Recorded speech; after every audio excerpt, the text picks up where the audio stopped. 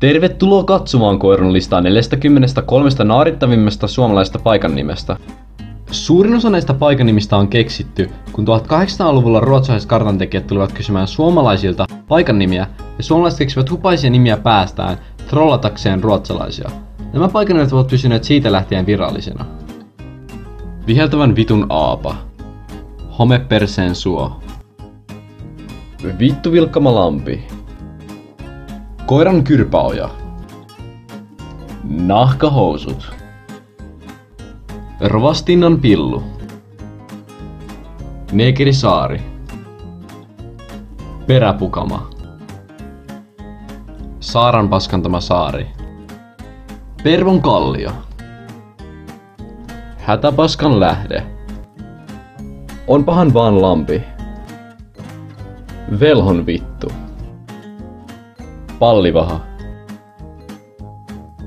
Jouluviinavaara. Persehuokonen. Suden vitunloukko. Mulkkujen väli. Jalan luiskahtama vaara. Kiimakeidas. Isorunkku ja pikkurunkku. Pukin kusema.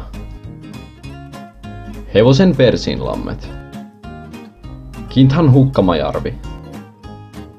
Paskaloma tunturi. Puuro paskanniva. 7 paskan räme. Kyrvän syrjän tie. Ensimmäinen kaljalampi. Lehmän jalka katkesi aho. Pitkän maan sivun pellon peräjä. Junttikylä. Siitin selkä. Äteritsi puteritsi puolilautatsi jänkä. Linnan pervon kallio. Lihasula. Pavun perseen suo. Pontikkaoja. Riitapervon pelto. Suolikulli. Jeden viinanotko. Paskapetäjän palo.